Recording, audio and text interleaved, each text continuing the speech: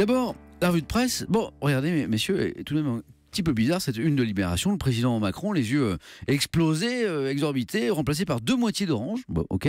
L'explication, elle vient avec le titre Bayrou out, pas de quartier d'orange. Bon, ok, d'accord. Alors, toutes les unes de vos journaux ne tentent pas l'improbable jeu de mots, mais tout évoque en revanche la démission du garde des Sceaux et le remaniement opéré par le chef de l'État. Bayrou, un petit tour, et puis s'en va, nous dit l'Humanité.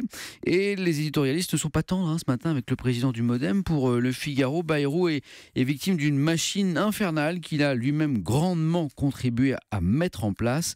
Arroseur, arrosé, dégageur, dégagé, dit encore ce matin l'Opinion. François Bayrou et Marielle de Sarnez avaient tellement cogné sur François Fillon, écrit Nicolas Bétou ce matin, tellement flétri sa candidature entachée par les affaires que les soupçons pesant sur eux étaient en retour devenus insupportables.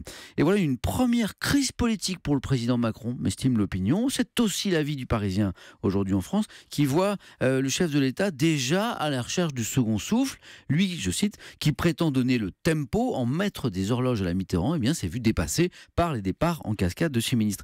Libération, vous savez, les oranges à la une, là, Libération ne partage pas l'analyse, a même le sentiment inverse. Voit là, pour Macron, un effet d'aubaine. Voit un président débarrassé des ministres Modem un petit peu envahissants sans se les mettre à dos. Et voilà l'occasion pour Macron de faire entrer au gouvernement des hommes et des femmes dont il est sûr.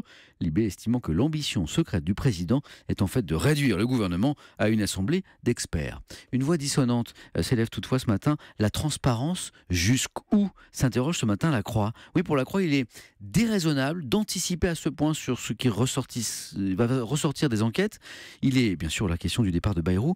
Pour le journal, les excès d'une opération main propre à la française risquent de ne conduire qu'à un champ de ruines. L'expérience italienne devrait nous faire réfléchir. Souvenons-nous, écrit La Croix, que Manipolité a débouché sur 15 ans de pouvoir berlusconien.